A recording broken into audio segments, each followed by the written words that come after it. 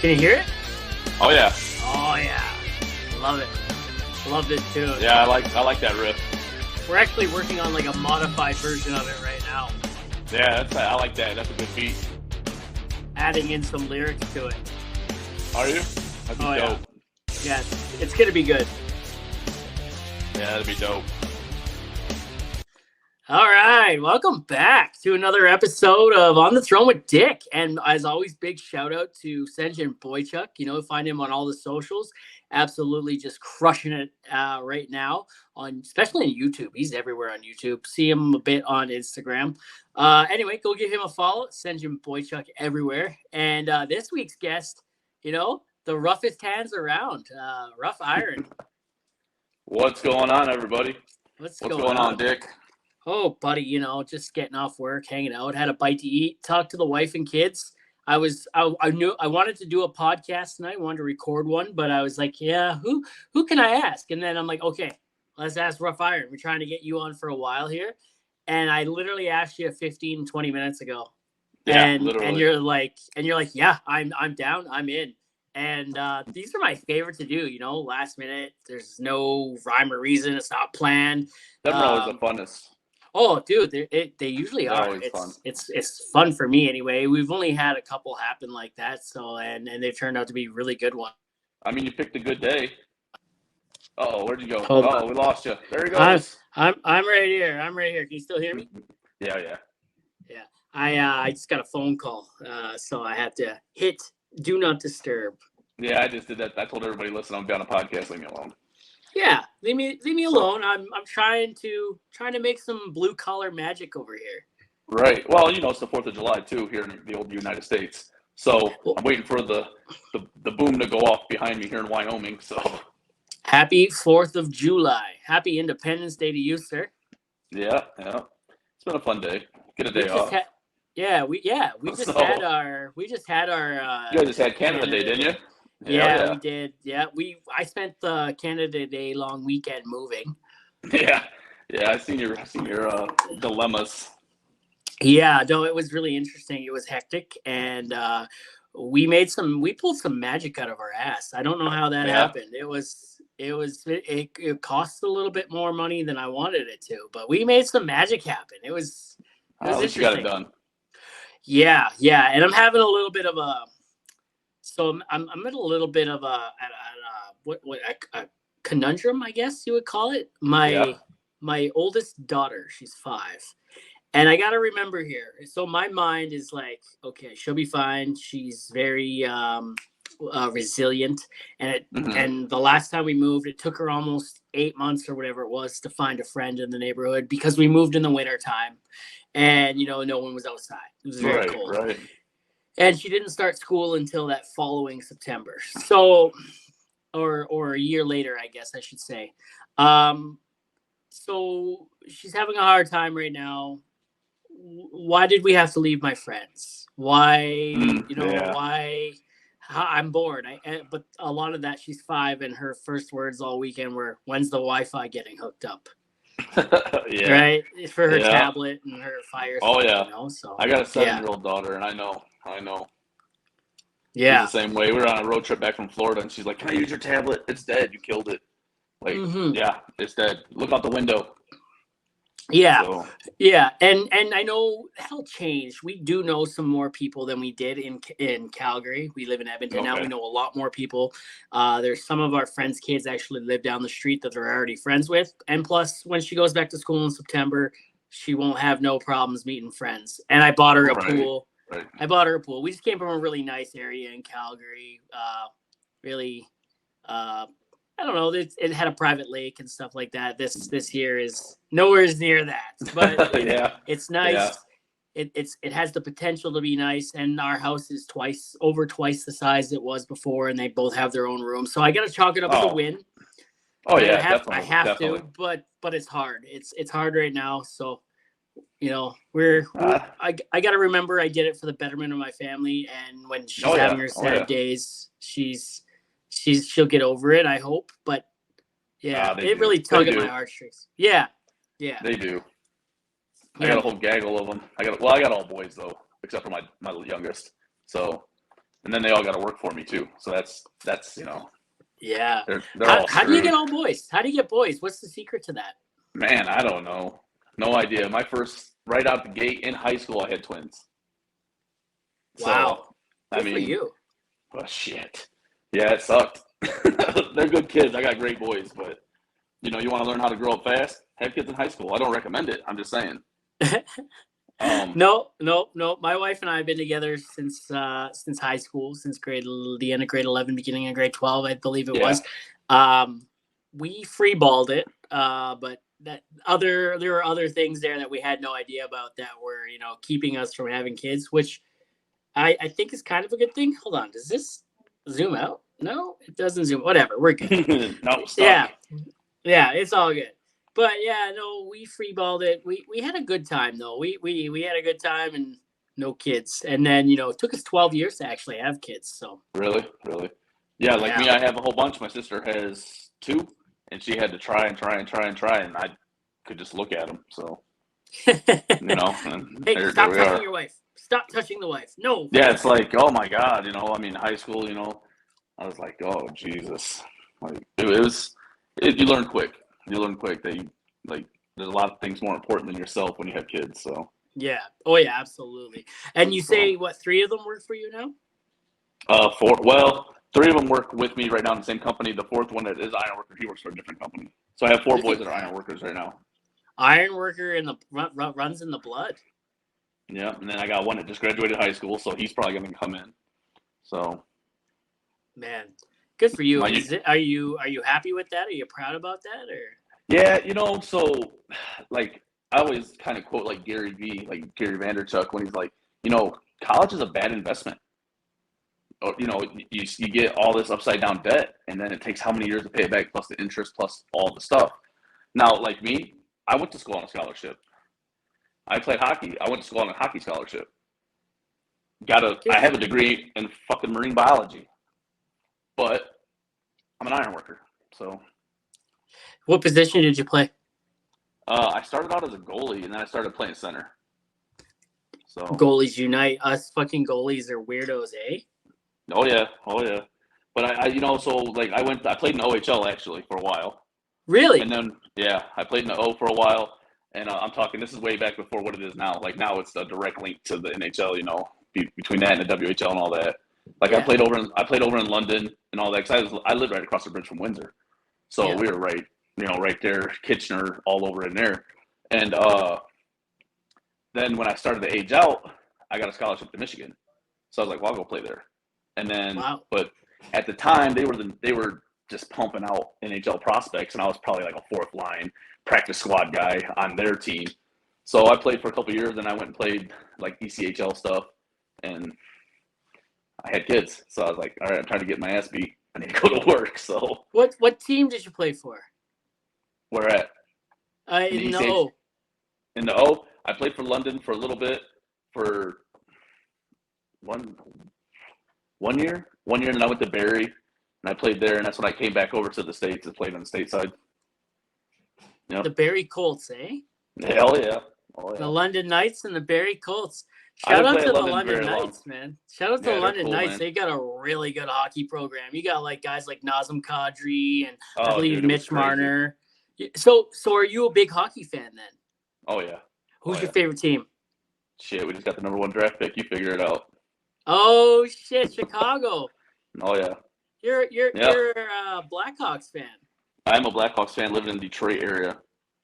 So okay, so I saw it was a preseason game. I saw the Detroit Red Wings play the Chicago Blackhawks when Detroit opened their new arena. Like that very first season, they opened the Yeah. Little Caesars Arena. Yeah. Yeah, man. Did you work on that as an iron worker or what? Yeah, we did a lot. We did a lot of God, we just were in and out of there just doing all kinds of different rebar stuff. So That'd be it a was kind of fun. wicked project, man. That'd be sweet. Detroit right now is so busy, so busy. They're building a bridge to Canada. The Gordie Howe Bridge. Don't we already have a bridge and we're trying to burn it? Maybe, but you guys are paying for it, so it's all good. Yeah, hey, whatever. Hey, Canada's Yeah. got, hey, you want some of my tax dollars? Here's my tax dollars. That's Pay for the exactly bridge. what they did. So like Yeah. Windsor, however they worked it out, Windsor's going to pay for it, and then they're going to collect the toll money, and we're going to collect the toll money and apparently give it back to you. That's probably not going to happen, but that's the plan. Well, So yeah, they're right now funding like the whole thing. Yeah, right now there's the Ambassador Bridge, right? Yeah, and that was built in the like the 40s. So what are they gonna do with that? They're just going to keep it running. But if they got to lighten the load on that thing, is just getting worked. Oh That thing is yeah. so worked. It's the only crossing from Sault Ste. Marie all the way. That's the only crossing. I used to live in this too. Maybe the Big Blue Bridge up by Port Huron. I think that still goes across up by Lake St. Clair, but I can't remember. Nice. But yeah, that thing is always backed out. The tunnel's backed out. Like that thing needs help. So as a Blackhawks fan, okay, explain this to me because I'm a diehard Leafs fan. I'm like diehard. You guys Leafs. picked up like some muscle. Man, the Leafs are going to be a little tougher to play against next year. Ryan Reeves, Max Domi, John Klingberg. Who else did we get there? Yeah, you guys got. I can't think of the other one. Oh, not Todd Bertuzzi. Tyler Bertuzzi. Tyler, yeah. Yeah, Todd Bertuzzi is. We don't talk about Todd Bertuzzi. We don't talk about Bruno. But man, like, so as a Blackhawks fan, like, if my team and you know, I don't know how you feel about it, but if my team was involved in a scandal like the Blackhawks, I'd probably be a little bit like, okay, I'm done. I gotta step back here. You know what I mean? Yeah, but like, I don't know. Like the way it all went down was shit. Like they didn't do that man any justice. You know what I mean? No, like then Quenneville should have cleaned house as soon as he figured it out and found out about it. He should have held everybody accountable and got rid of them, and he didn't. And that's just a shit move by a great coach, which is a sad thing to have a check, asterisk next to your name. Yeah. So I know Coach Q has actually got a meeting with Gary sometime this month to be reinstated. Yeah, and maybe he did more than we don't know about. I don't know. And I'm thinking maybe our old GM probably had a little bit of covering up to do with that because he was kind of he was selling the farm to keep everybody. So we see how that worked out. Yeah. Well, how do you feel? How do you feel getting Bedard? But you've lost a lot in the last year, right? Taves and Kane are gone. Kane might be back. Kane's not coming back. Come on. Do you think Kane will re-sign in Chicago? How much do you think he's worth now, anyways? I think he'll take $4 million. $4 million. You know, his and Taves' deal towards the end, maybe Taves not so much, but Kane's deal, like they looked pretty good as the cap rose, and they were locked in for 8 years, right? And like those guys looked like steals for a long time. Well, and then they just started trading the farm away, and Kane had nobody to pass to. You had DeBrincat. They gave him to Ottawa, and then who else did we have? We had damn slamming doors up in here. I can't think of his name. We traded everybody to Detroit. I was like, what are we doing? So, hey, I'm a Leaf fan. I lived through only the last 6-7 years have been really good. I used to watch Toronto every night. So I live close enough where I get Hockey Night in Canada on the regular TV when I was a kid. Yeah. So all we had to do was turn the antenna and we could watch, CBC. So we would watch all the hockey nights in Canada. So we'd always watch the Leafs, obviously, and then whoever was playing out west. Nice. So mine was like the Matt Sundin era, How old are you? 43. 43. I'm 34. So Matt Sundin, man, that takes me back. McGillney, Sundin, Gilmore, Neuendijk. Eddie Belfour is my all-time favorite player. So like my oldest son, my oldest twin is named Curtis Joseph. No way. Yeah. Dude, that's crazy. My daughter was helped by Cujo in the Costco here in Edmonton a couple years ago. He was signing autographs and that's cool. Like, here, take my daughter. Hey, and she was cool. like maybe a year. Yeah, man. He still plays actually, and he skates out. He hasn't played goalie since he retired, but he skates out, and he's a hell of a good player. Oh, of course he is. For a guy who, all those guys back then, they were not sure if, like, you look at kids now, they're groomed for the NHL, like right from birth on, right? They're huge. Yeah, they're groomed for it, right? They're basically they're prepped for it from the time they're born till the time they get there. Oh yeah, oh Whereas yeah. Eddie Belfour and Cujo, they didn't know they were gonna be good enough. They were Well, teenagers when they picked it up. They're like, hey, you know what? Like, I yep, always sort of liked hockey. I sort of played the position, but it wasn't until I went to high school and I was like, hey, I'm all right with this. They got a little scholarship to like Notre Dame, and Cujo, I think it's Cujo went to Notre Dame, and he wasn't even sure if he was yeah, I gonna can't remember. go. He wasn't even sure if he wanted Yep, to play hockey, but he got the scholarship to go, and he ended up being like, "Yeah, I could do this. Fuck it." Goes and yep. plays with the Leafs and has a stellar career as one of the best goaltenders. I know it's crazy. It's crazy. Probably one of my all-time favorites is probably Hextall. Hextall's probably. I mean, he was just mean, so I just like I like the way he played. Didn't And Brodeur. him and what's his Berkey just got fired from Pittsburgh. Yep, yep. Yeah, yeah, We'll see yeah. what happens there. That's crazy. I didn't know that you were Oh a yeah, former OHLer, man. That's yeah, crazy. yeah. I'm made You up in it, Wow, good for you. so I still play.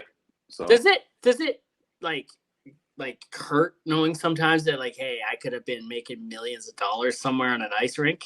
I was good. I wasn't that good. I think people don't realize when you play, like as you start going up, how much faster the game is, and Yeah. how like I was a big dude, so I was 6'1", about 190, and that's what God, 96, 97, somewhere in there, and now like I played against Lindros and a couple other players, you know what I mean, like but the kids now are 6'3", 6'5".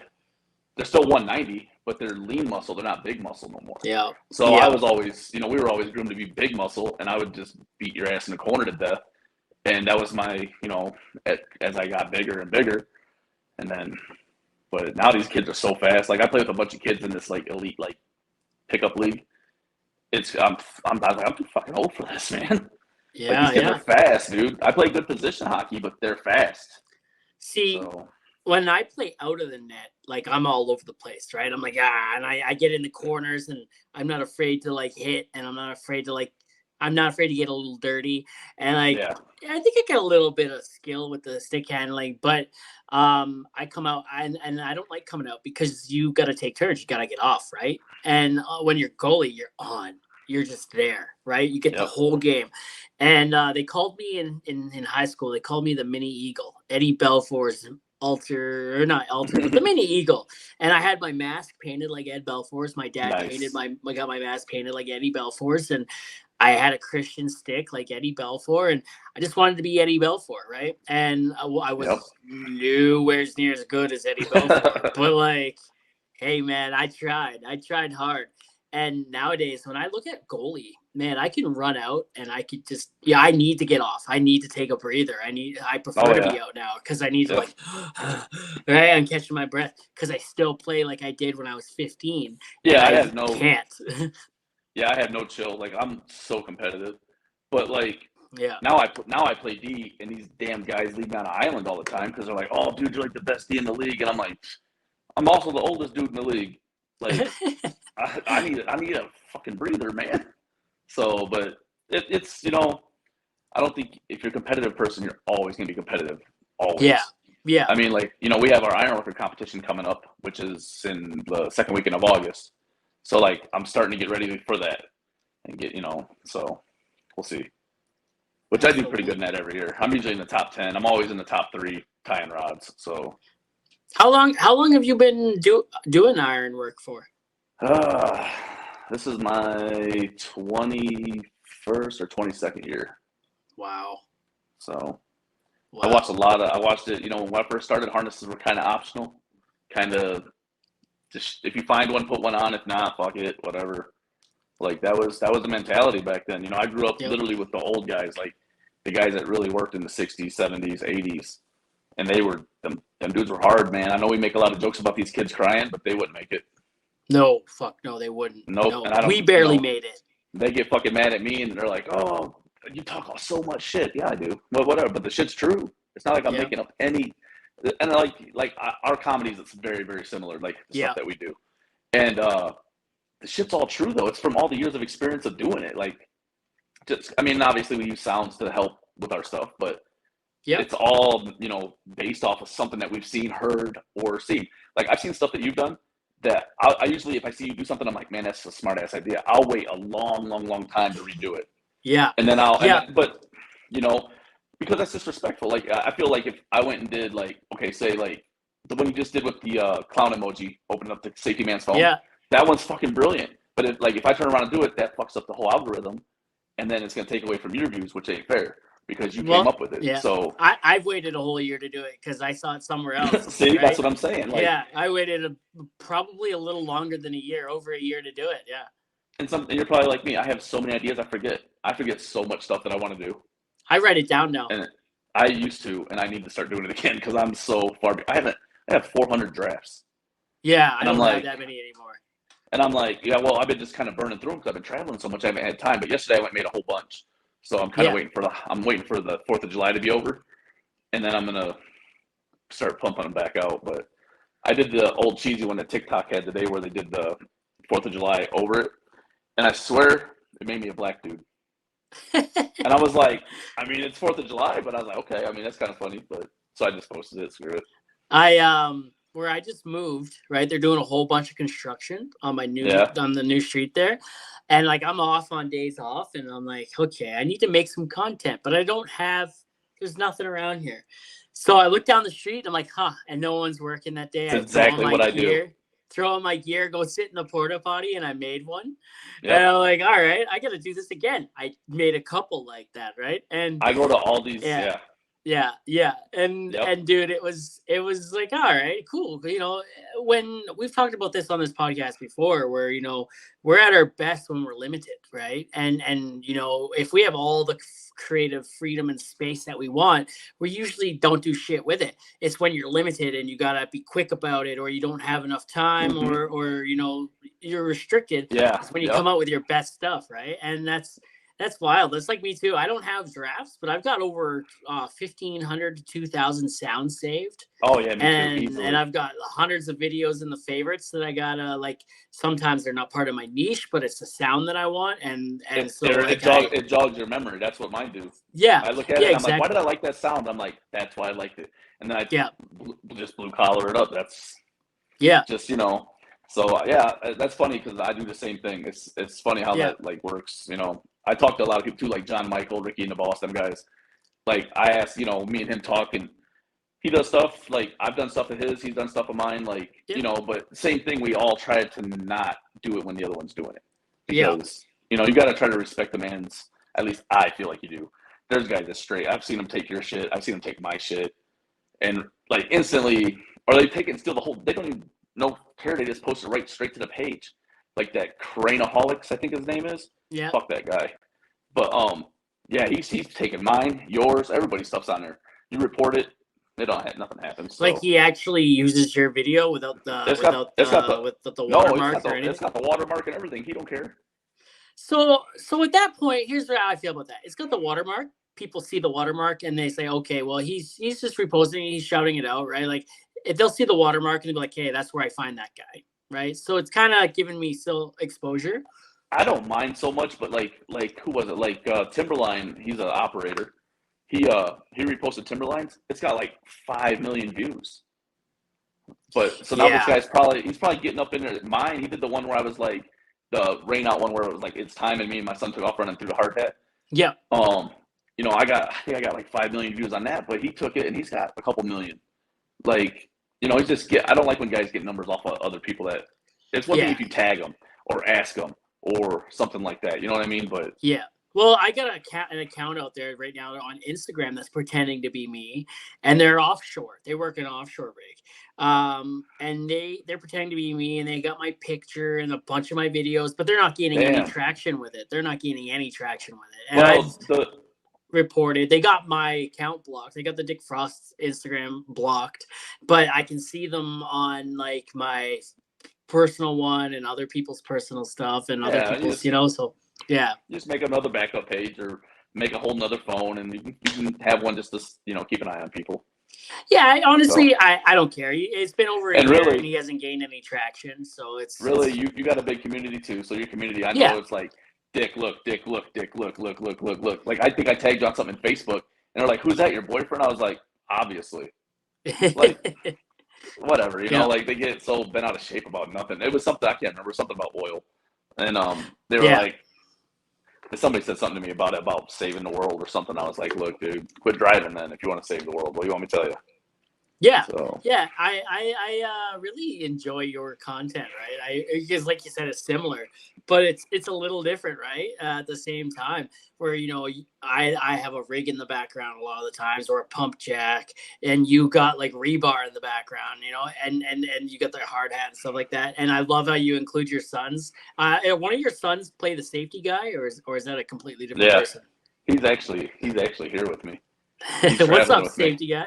Yeah. He has a whole page that when he used to do the safety mouse, because he can do the Mickey Mouse sound to a T. But Nice. Disney being Disney, I was like, dude, we're gonna get hemmed up. Like they're gonna be like, oh, you're stealing something. So I was like, you know what? We're just kind of Yeah. abandon that page. And but I would really like him to change his name and start like I don't know, like because I don't want to change my name because it's already where it is.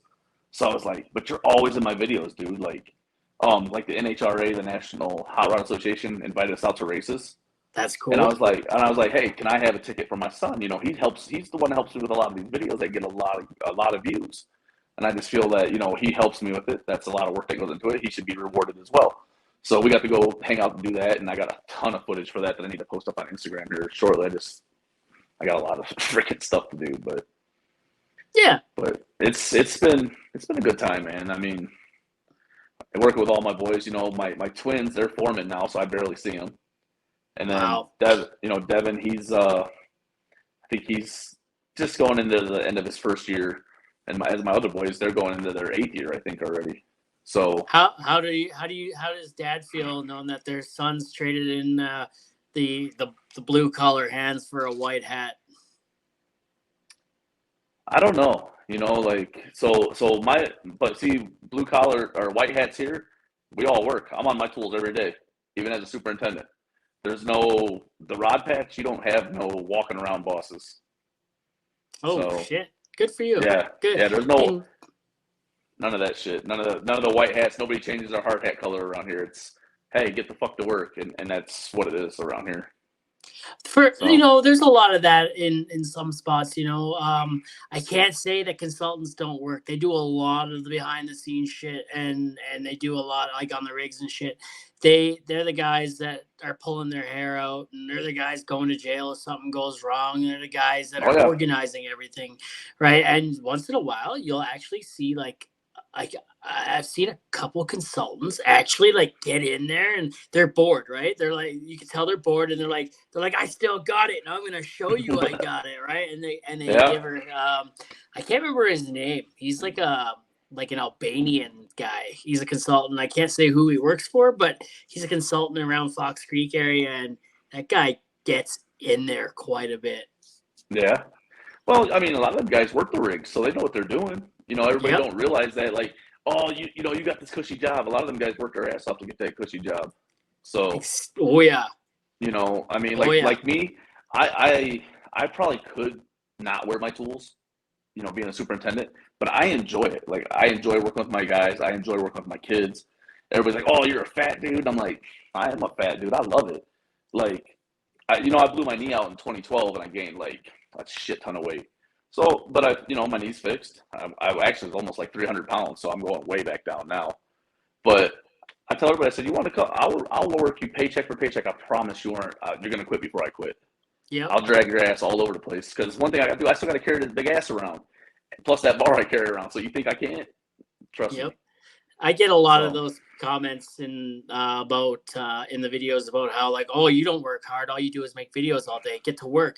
Oh, put the phone down, get to work. And I'm like, man, you don't take 10 minutes for yourself throughout the day. You don't have 20 minutes kicking around. You don't like after work. Yeah, sure, sometimes I make it look like I'm still working. It's after work or it's before work, or right, I've got a right. spare couple minutes, right? And these people, they think like, oh yeah, he's making these videos so he's not working hard. And I'm like, listen, bud, Yep. my boss and all these consultants and all Follow these you. guys, they all follow me. Do you think I'd hmm still have a job if I didn't also work hard?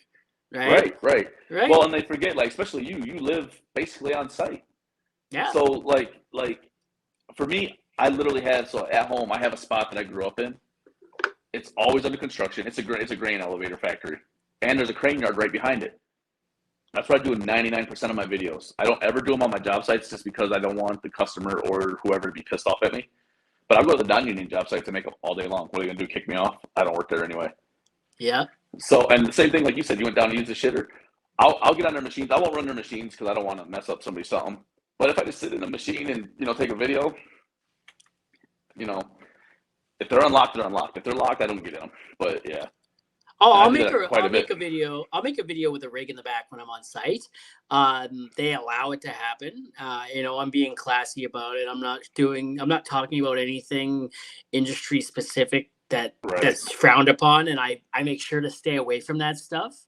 Mm-hmm. And so because I know who everyone's watching, right? And that's not my oil field, right? Because like everyone's like, oh, show the real side of the oil field, show this side.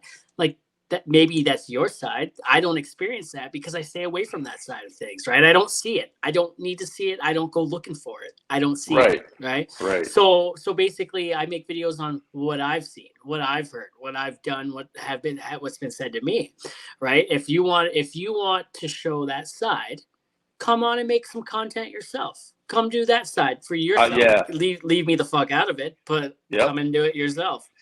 Yeah. Everybody thinks it's so, and they think that content's so easy, which, like you said, we write it down, we think about it, how many times I forget about it, and then when you see an opportunity pop up, something will pop in your head, and you're like, right now, look, we got 5 minutes before anything happens. People don't realize these videos take 10 seconds. A lot of them, maybe 15, 20, 30, depending if you mess up, but it just depends on how you do it. So they're like, oh my God, did you ever work? No, apparently I don't. I just have my job because, I look good. Yeah.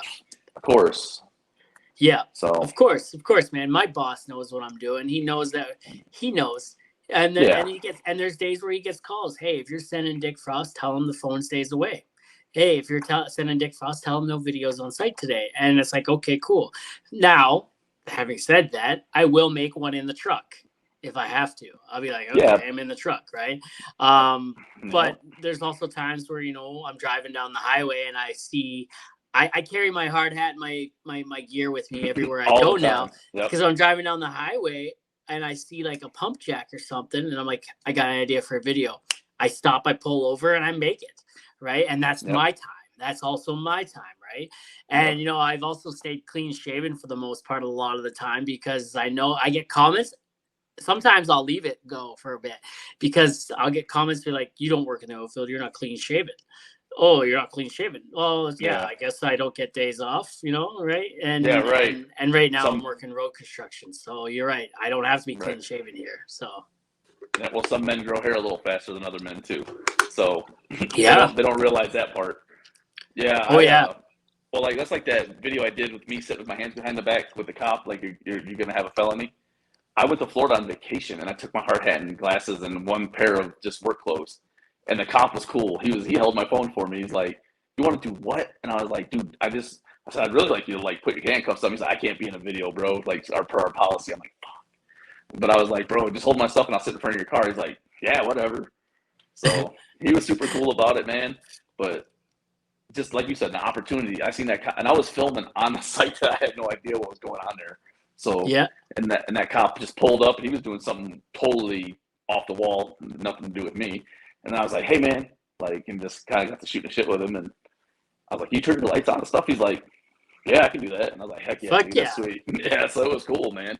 And most guys are cool. Most cops are cool, as long as you're just not a dickhead. So Yep. We our truck broke down 2 years ago up north, and we were pulled off to the side, and the operator I was with hadn't had his logbooks updated in months. He didn't. Oh shit. So when we pulled over and he pulled in behind us, he's like, "Oh shit!" He started like writing. I got out to put the cones out, and I'm like, "How's it going, man?" And he's like, he's like, "Not bad. How's Dick Frost today?" And I was like, "Oh shit!" So I got to talking to him for a little bit. And I'm like, "Man, can we make a video?" He's like, "I follow you, but like I can't be in the video." So I made a video of the car behind us, and he didn't even come and take a look at the driver's logs, right? That's sweet. Had he done that, there's probably over $10,000 worth of fines there, and we like to call that the day I saved that guy 10 grand, right, or more. Oh my God, yeah, that's crazy. It is funny though how many people like recognize you and stuff. I was in Vegas, for oh, what was that? Not the World of Concrete, but the other one, Con Expo. So I Yeah, was out there, and where my Airbnb was, right across the street was a bar named Rebar, and I'm like, I gotta go in it. of I go in course. it. It's a dive bar. I was like, this is my. I'm here. This is where I need to be. And some guy was walked up and was like, hey, are you Rough Iron? I'm like, yeah. He's like, fuck yeah, bro, and then just gone. And I Yep. was like, I don't even know what happened. Like, but it was just, like out there, it was all construction people, so a lot of people knew who I was. But and that's where I met like Heavy Haul and Fool and hung out with Teddy for a day and stuff like that. But it's Teddy's cool, man. Teddy's actually coming on the podcast. We're trying to work out a time that works for him and me at the same time. But Teddy's agreed to come on. I love that guy. Yeah, yeah, dude, he's fun. And you know the thing about him, he is exactly how he is in his videos. He It's does good. not give a shit about. I watched him and I can't think of his name. He's from Canada. Chase Um, Barber, the yeah, yes, Theron Danger. yeah, and that they trolled this fucking truck driver salesman so like it was. I was dying. I was dying, cracking up, laughing. They walked like this company walked away from their booth. And they just sat there and did a whole skit like, why is your transmission so shit? Why I gotta buy a whole new one? I can't just buy the parts to fix it. Like they were going back and forth like they were the salesman and then customer, and then they were trolling the other dude. The other dude, like they got him so far to take him into the truck, and I was like, you guys are killing me, man. But just yeah, he was just a good dude, man. Like I just Well, like he, yeah, you know, I've been on Chase's podcast twice. Theron Danger's been on my podcast way back, episode 12, I believe it was. oh yeah, And we're trying to get Teddy on. So I'm stoked. I can't that'll wait be till we cool. get Teddy. Yeah, I can't wait. I'm pretty Yeah, pumped. when I was coming through, I wanted to stop at his spot when I was at coming to California, but I just didn't have time. But now I'm so damn close to him right now that I don't have time. Or I'd like to get out there. Him and like Slim Brick too, like Jesse. I like Like Slim Brick. Yeah, yeah, Jesse's a cool dude, man. I met him at World of Concrete, and that's he's a good cool. dude. Yeah, and me and him That's actually cool. stay in touch quite a bit. And I haven't even told him yet about tell you guys. I want to go out and lay brick at his company, and my company agreed to let him come tie rebar, so we can do like a Oh, crossover of trades and like that's so cool. yeah. So I told him I was like, look, dude, like I'll fly out to Salt Lake City. You guys show me how to lay block, and then when you got time, you fly to Detroit, and I'll take you and show you how to tie rebar, That's and we can cool. That'd be funny, man. do a a swap of trades. Because I was thinking Hell yeah. like, because like obviously like you're on a rig, I can't like we couldn't swap spots because it just things just don't work out like that. You'd But need a like bunch of tickets and safety yeah, it would be orientations and shit. crazy. Yeah. Hell, I'd need a whole work visa. So would you. Yeah, that's So true. Yep. it would be a whole thing. So, but for Jesse, I was like, dude, that's so simple because like it's simple. And but we kind of talked about it, and I was like, I got the approval because I'm a union company. He's non-union and not a member. So I was like, how can we do this? But we have our own yard. So I was like, dude, if we just do it in the yard.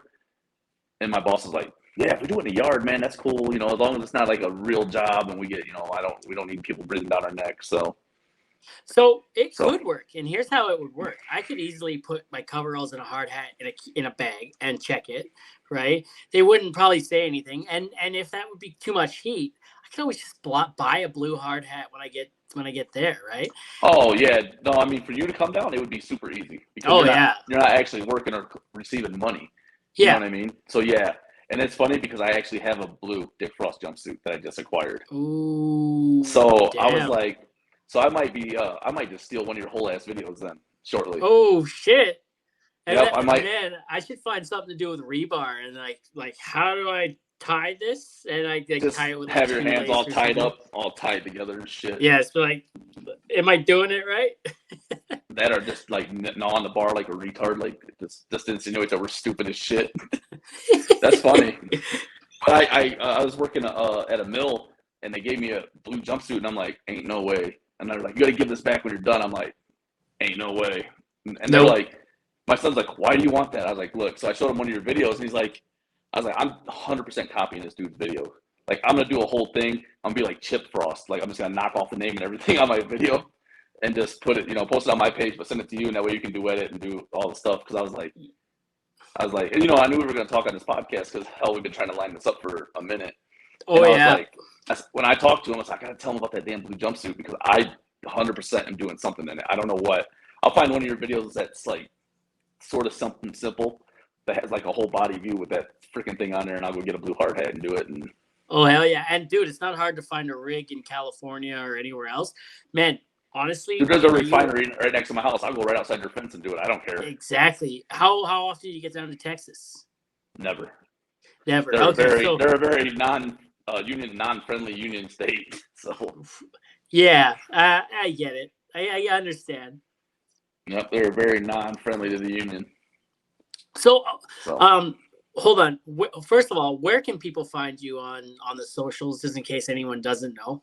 So on Facebook, YouTube, and TikTok, it's rough_iron. On Instagram, it's rough_iron55. Yeah, and I see your Clapper. and the old Clapper. Boo, Clapper sucks. I'm partially verified over there though. I'm fully verified. I've been over there since like day one. They actually Yeah, I've been over there contacted for a me, couple and years. they contacted me right when it first started. And they're like, "Can you bring so and so over?" I'm like, "Look, I ain't asking nobody to go anywhere. If you guys want them, go ask them your damn selves." Yeah, So, but I they've don't been. like. Yeah, I don't like Clapper because it feels very robotic. Lots of bots, like in the comments section. The views are very up and down. Yep, it is. So I just post. I do the same thing. I post. The only thing I haven't been consistent on is YouTube. I'm very lazy when it comes to YouTube, which I need to quit bullshitting and just go buy a laptop and or desktop or something. Probably a laptop because I travel so much, and upload all my content because I have a backup page. Because I had like on TikTok, I got to plug my damn phone in. There we go. On TikTok, I had like 10 accounts trying to steal, be me. So I was like, all right, this is bullshit. So, yeah, I don't know. It's just, man, it's just so people don't realize how much work goes into reposting stuff everywhere, all over the place. Oh yeah. So, oh yeah. and then making sure it's not watermarked. Yeah, yep. So make sure it's not watermarked and all that. And then, yeah. as soon as, and then I got, when I got verified on Instagram, literally then Meta Verified comes out, and I was like, that's bullshit. I was like, this is stupid. What's Meta Verified? You got your check mark for free, right? Yeah. So what I did is I applied for it like, man, I don't know, months in advance. Well, you go through the process. But like, what really set it over for me is I had a couple newspaper clippings from when I was in the ironwork competition and won. Marmac Wire did a whole write up about me and a couple other guys, and my OSHA 30 and my OSHA 10 because it's government supplied stuff is kind of what put me into that. And then I was in a few news articles, news things and you had to provide all that stuff. It took me a while to dig it all up, but I waited until I got to like what was I? I was at like 75,000 K or something on YouTube or just Instagram. And then I was like, fuck it, I'm gonna try it. And because I'm friends with Slow Mo, and Slow Mo's got 7 million on TikTok, and then 500,000 on Instagram. And I was like, how do you get verified, dude? What's the trick? He's like, you got to have like this, and this. And I went for it because who's gonna pay $15 a month or something to be verified? Yeah, that's fucking dumb. So yeah, it's stupid.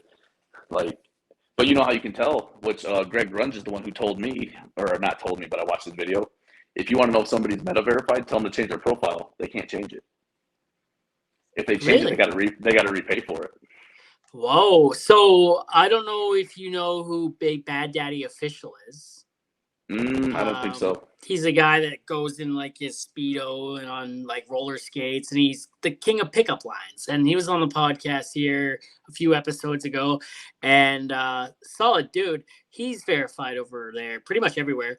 And I asked him, like, man, how do you do it? And he's like, oh, just go check on there, and you got to pay for it now, yada yada yada. And I'm like, I don't want to pay for it. So I think a couple weeks had gone by, and I'm like, fuck it. You know what? I want to see it. If it makes any difference for 1 month, I'll just do it for a month.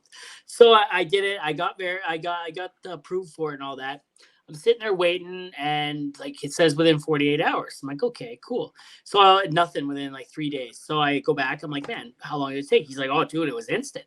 Like, fuck. So I go back and I look at the thing and, oh, you got to change your name on your profile to match the name on your ID.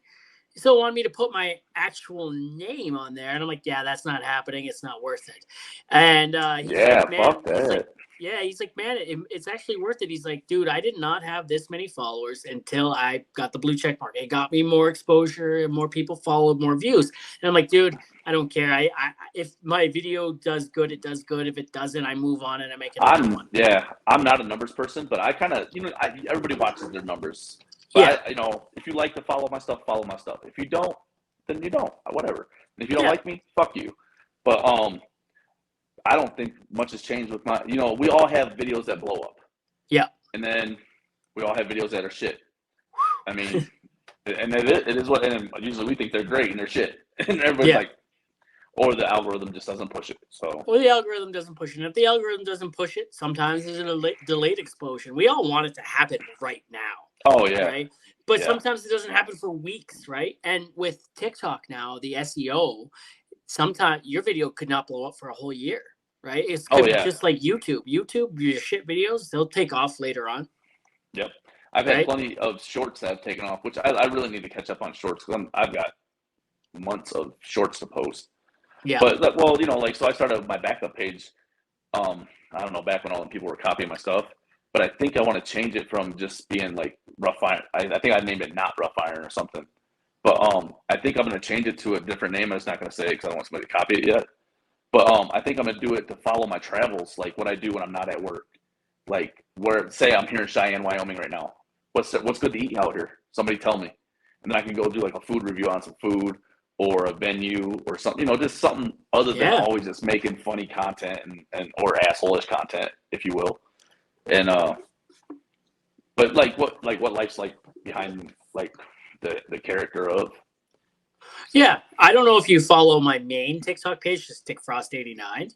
I have Frosty 2.0. I think I follow all of them. I think I'm almost positive. So that one, it hasn't taken off in months, right? I made a political video last year. I got banned for a few days, and then I just kind of the growth stopped, and then it picked up again a little bit. But I pay attention mainly to the 2.0 now because it's growing, and that's my baby now, right? And so the first one though, like if there's no rhyme or reason to it. I posted a video over there a few months ago. Boom, 2 million views. I'm like, oh fuck, all right, cool. And then I can post some blue collar stuff on there, but I try to save that one now for basically just fucking around, testing anything out. Let's see what works over here. Yep.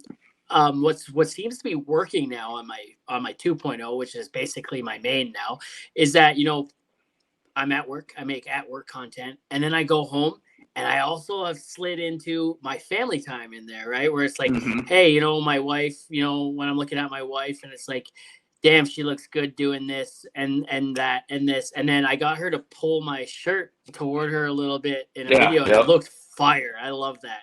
Right. Like, all right, let's go, and then, me, kind of sort of making fun of my kids whining or doing things. Right. And that takes off.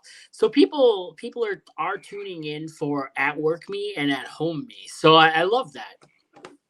Yeah, and I think that's kind of why I was like, man, I think I'm just gonna keep the pages separate and which like you're doing it all in one, which is fucking awesome because then you ain't got to really jump back and forth. But I kind of want to do all. See, I fish a lot when I if I'm not at work, I'm fishing, or unless I got to play hockey on the other days. But really, that's how it like. I mean, I'm here in Wyoming. I just bought a kayak. I got a kayak in this Airbnb garage because I was like, it's not on the west or the east coast anywhere. And I'm like, I walked into the store and I'm like, damn, that's the one I want. So I'm buying it. So, and my kid's like, he's like, dude, what? I'm like, well, we're just going to take it all the way back home. So that's what it is. What made you start TikTok and Instagram? What made you start the whole social media thing? Literally, so I was in a hockey tournament in Dallas. It was like 2000. I think it was 2000. It was like New Year's Eve tournament. They're all playing on their phones and stuff. And I was like, what are you guys doing? And they're like, we're watching TikTok, dude. I'm like, what the hell is TikTok, man? They're like, oh, dude, it's young people shit. And I'm like, give me your phone. So I started looking at it. And I'm like, it was funny stuff. And I'm like, man, I can do that. And they're like, whatever, dude. So I went and downloaded TikTok, and I was doing the whole thing. You know, when you first get TikTok, they show you all the shit you don't want to see. Yep. So I'm like, all right, I got some ideas. So I think the first one I made was with my crew, and I had a whole like crew of Mexican guys. And you know, I always ask them because I was gonna make fun of them. So I was like, hey, can I make this video with you? And it was like the Country Road song, but it was like Donald Trump taking me home back to Mexico or something. And it was like my sixth video went viral. And then after that, it just seemed like it just steamrolled. Like it went crazy for a long time. And then, but it's been like, you know, I made the men's mental health video, and my DMs absolutely were insanely flooded. Yep. And I tried to get to everybody, and I got guys calling me, "Oh, you're just in it for the clout." I'm like, bro, the clout. I'm like, look, one video. Have you seen all my other videos? I don't need clout. I got videos way bigger than this. I was like, I made that a year ago, and I just saved it in my drafts for this year. Yeah. And but everybody's like, "Oh, you're just trying." I'm like, "No, I'm not." I was like, "You know how many people DM'd me and were like, this might be my last message." Like that's a tough thing to sit on, you know. With and men got a lot of problems, and the women ain't helping. So many of it's from women problems. Now that's their own way. You know, they need to figure that out for themselves. Like I told them, I'm not a therapist. I will listen, but a lot of my advice is really hard and rigid, and you probably shouldn't listen to everything I say. So, but I'll listen. But I'll listen. And I did. I probably had like 3,000 DMs, and I'm like, fuck, I can't keep up with all this, you know? Yeah. We talk about mental health a lot on the podcast, and we've gotten quite a bit of messages from people, you know, about, hey, man, I love what you guys are doing, you know, blue collar workers, rough and tumble guys that are supposed to be very masculine. And, hey, and you're showing us that, hey, we can talk about this, right? And, you know what, that's what makes you masculine. That's what makes you a man, talking about it. Right. Oh yeah. And that one video I made where I'm like, hey, the manliest thing you can do, talk about it. Reach out if you need to, or take a hand that's reaching out to you. Right. Yeah. That's the manliest thing you can do. Right. And I love that this episode now will be aired in 2 weeks here in July. The conversation doesn't end just because June ended. Right. This is a year-round thing. And it shouldn't, because so many guys feel that stigma of being, like you said, the roughest, toughest guy in the room. Who's that impressing? Nobody cares. Like you said, you know how hard it is for another man to talk to another man about their problems. Yep. And I think for everybody that reached out to me, you know, I think because they didn't know me, they could just be like, hey, blah, whatever it was. And for me, I was like, I spent like half my vacation answering people back, because I was like, man, I need to, you know, I told them they could contact me, and I don't want to be a shithead and not, you know, be like, oh yeah, fuck them all, like, you know. But I really, you know, I meant what I said. Like, if you need something, you can reach out to me. Now, I might not have the best advice. I might not have the answers, but I can listen. Yeah. And I don't know. Like, I had one guy straight just come after me. I read his message, and then he's like, I went to sleep, man, after I sent you a message, and you didn't wake up for 3 days? I mean, what do you want me to tell you, dude? Like, and people don't understand that how many DMs you get. You don't see them all. They go everywhere. So I answered one back the other day from last year. That's what I mean. You just don't see them all. Like, they go sometimes, especially on Instagram, you got 3 different like categories, especially if you're on a pro account. You got your primary, your general, and then requested. You don't see all that. Like, it's and some of the requested would depend on what you put in there. You don't even see the request. So it's like, I can tell you what, in the requested bin, there's a lot of hot singles in my area. Oh yeah, man. Heck yeah, dude. I got the hottest girls and guys all up in my DMs. Oh, I love that, dude. There's a guy, I think his name's Brian, and he's from Baltimore. Shout out to Brian if you're listening, buddy. I love this Brian. Guy.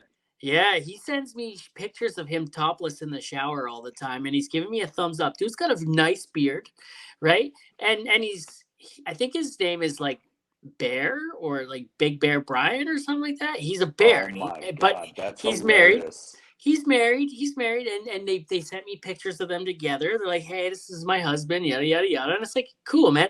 And I get lots of messages saying, hey, all those links in your link tree, but none to your spicy links, huh? And I'm like, buddy, trust me, not for lack of trying. You know what I mean? Like, what do they want? Do they want the dick or they want the frost? I mean, they want one or the other. Some dude was sending me dick pics on Snapchat every day for like a week. Right. Yeah, and I opened them and I'm like, all right, this is fucking weird. And then the one day he didn't send me one. So I sent him a message. I'm like, what? No dick pic today, bro? right? And he read it and he never sent me another one again. It's like, hey, That's bro, you got a crazy. free preview. Now it's time to pay. And it's like, no, I don't want to pay. Send them to me for free, dog. Yeah, what? Nah.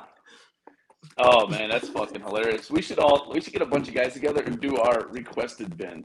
Like everybody like, what you got today? And be like, I got like so many.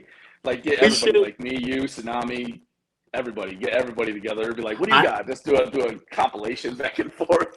Hey, what you I got bet yours? I bet Tsunami's got a lot. That dude's built like a brick shit house. Yeah, I'm sure, dude. I'm sure he's got plenty of both in there.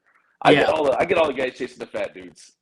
Yeah. If it's a guy, it's all the want a bear, or if it's a woman, it's usually like you said, it's all bots though. They're zero Yeah. posts, one follower. You know, the hottest glamour shot picture you can ever imagine. I'm like, yeah, okay. I bet if they ever found out how tall I was, they'd stop asking. Oh my god. Like women don't like tall dudes. I'm tall or I'm short. Women don't like short dudes. Sorry.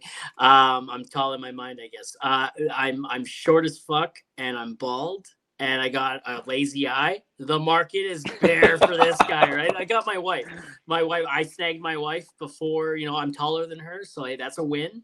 I wasn't bald when I got her, and I don't think my eye was quite as lazy. So I took her off the board before she even knew it hit her, right? Well, that's funny. You could do a whole skit about your eye. Like if we hire a guy that's lasered in my eye, we're done here. Like something stupid. You know what I Yes, mean? I'm Like doing it. I'm doing it. that's funny I'm because doing it. like somebody else was gonna do that I worked with, but he had a really small account and he had a lazy eye, and he's like, I said, dude, do that one, and he's like, oh man. I was like, if you can't make fun of yourself, like no, they can't. What are they gonna do? They can't pick on you if you make fun of yourself. That's right. You know, like That's I how did I that one survived video. school. Yeah, well, I did the one video as like, um, you know, I said I think I need to lose a little bit of weight because I rolled over this morning and rocked myself back to sleep. Just stupid shit like that. Like you got to have fun with it. Like I went from being like I said like 190 to 200 pounds my whole life till I was about like 35, and I hurt my leg or whatever and gained a ton of weight, and then just didn't take care of my leg the way I should have until finally like last couple of years I've been kind of on the downward trend. So yeah, that had to everybody's that had to be hard on your mental health, hurting your leg and not being physically where yeah. you wanted and A lot of it too was like you said. It was like I was like just like self pity bullshit. Like oh my leg hurts. I can't go do this, but I can eat. Or oh I can't go. I can't go work out like I used to. Or I used to skate all the time. It would just hurt. So I was just like fuck it. But I could have had it fixed. But I always wanted to work. Always wanted to work. Always wanted to work. And I yep, never just rehabbed it the way I needed to rehab it. And that's what happened. And now I'm a yep. little bit older and a little bit more. I guess wiser to the body, I guess you could say, because I mean we beat the shit out of our bodies, all of us do. And I should have took care of it a little bit earlier in my life, and I didn't. So now at 43, I'm trying to lose all this damn weight. We'll see what happens.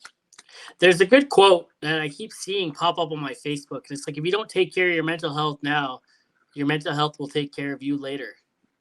That's true. That's Right? true as well. Yeah, and I made that Very video. I'm true. like, hey man, in my mid-20s, I was really like, nah, mental health will never get me, right? It's never until it did, right? And Yeah. I thought it was a joke until it hit me, right? And then a lot of it stems from shit that happened as a kid, but like, you know, take care of your mental health, man, because that shit's coming back, and that shit's coming back in like 20 years, 10 years even, you know. Well, yeah. Yeah, and I it's think. it's kind of tough, dude, because there was a time 2 years ago, and I talked about it last podcast here or whatever it was, and I was driving back from work, and I was going. It was 2 years ago, and I was kind of in this dark hole, and I knew I was, and I was climbing my way out of it. I didn't tell anyone about it, but I'm driving down the highway trying to get home, and I hadn't been home in geez, and I still wasn't going to be home. I was just going to where I was staying, and yeah, I was driving, and all of a sudden this overwhelming emotion came over me, and I just wanted to cry. It's like, what the fuck is that, right? And Yeah. yeah, man, it was shit, coming back and saying, hey, man, I'm right here. You know what? Like, I ain't going nowhere, and until you deal with Yep. me, I'm gonna be right here, right? It's Yeah, it's it's yeah. tough. I think some people takes a little bit more head of steam to get going. Like you said, it might be 10 years, but sometimes it's to build up, to build up, to build up, and then it's there. Like me, mine was like I never had it like where I've been in a dark hole. I just had it like with my leg. I was like kind of in the self pity thing. Maybe 2 years ago, I had a bad case of gout and stuff like that in my foot, and I had to Too change my much red diet. meat. Just too much everything. Really, it was too much pop. That's what was killing me was the sugar. Yeah. And because I'd stopped eating all the stuff they tell you to quit eating, and then I kind of started like I was like, okay, now it's getting better. Let me start working this back into my diet. And I ate all the stuff you're not supposed to. Didn't have no problems. As soon as I took some drinks and some pop, instantly I started having gout again. And I was Oh like, shit. damn. I was like, what? So I told my doctor, and he's like, yeah. He goes, maybe you're just super like insulin retention, all that stuff. So I've been like, it's hard to not drink sugar, and because it's in every damn thing. But we've been doing pretty good. That's good, man. So That's awesome. so you know, So I'm trying to help out with the younger generation here now on the crew that's kind of showing signs of, hey, one day this kid's gonna be fucked, right? yeah. And he's really cocky and he's really like he thinks he's got a lot of swagger, right? Hmm. And he's like, yeah, look at me, and I'm like, bro, you better take care of that shit. He's like, what do you mean? I'm like, man, you got a lot of insecurities and you got a lot of shit that's coming back in 10 Yeah. years or so. And he's Hmm. like, what? And he's like, and his girlfriend was on the phone. She works here too. And he's like, insecurities. What, you think I'm insecure about how I look? And I'm like, bro, it has nothing to do with your looks, dog. Yeah. Looks got nothing, And man. yeah, and she chuckled, right? He's like, I'm not insecure, and she chuckled. And I'm like, bro, it has nothing to do with your looks, man. It has everything to do with mental. Like, you can see it. The way you carry yourself. That cockiness is might be fooling someone else. But Yeah. dude, Oh I yeah. see I see it, dog, and I'm here. I'm here. I'm here to Hmm. tell you, like, I was you, right? And Oh yeah. Oh yeah. his girlfriend's like, Ash, come on, man. Like, tell him, like, we all know, you got a lot of shit going on. And I'm like, dude, I see it. I see it, man. We've had a lot of conversations. I know you got shit going on, bro, and you might say, oh, that doesn't affect me. Fuck that, man. It's coming, and one day That that's a, you're gonna have to face that demon. that's that mental side of your brain telling, like, trying to portray it to us. Yeah. Fuck it. I'm Yep. good. I'm good. But are you? You're not. When you have to explain to somebody that you're good because it's already leaking out somewhere, you can. I Yep. mean, it's already coming to the top. Yep. So It's already. I I can always, smell it. and like for me, so I got 7 boys that are mine, that and they work a dangerous job with me. So yeah, I worry about all the shit they're doing all the time. I got grandkids already. I worry. So like my one son, he doesn't fucking listen. He's got 3 kids. He just wants to be like his dad, I guess. But he's a good father. He's a good, hard working iron worker. But at the same time, I'm like, bro, look. And I know he's had some of his, mental struggles with, the baby mama stuff and all that. And I'm like, look, dude, I've been through it. You can talk to me. I said, not as your dad. You can just talk to me. And like, I'm very open with my kids. Like, I don't want them to feel like, oh, I'm this, tough ass dude. You can't talk to me. The old school way, like my dad was. Yep. So, you know, I try to be very open with them if they got problems. And I ask them all the time, like, you doing good? You all right? You good? And usually they, for the most part, yeah. Or sometimes they'll be like, no, look, this is bothering me. This is bothering me. And right now, everything is financial for the kids. They're all up and coming. They all pretty much moved out. Have their own houses and are trying to go through that. I've had one son. He's been through the. I bought a new truck, got the truck repoed thing. Because he wasn't paying his Yep. bills. He's bullshitting around, going to the bar, doing ignorant shit.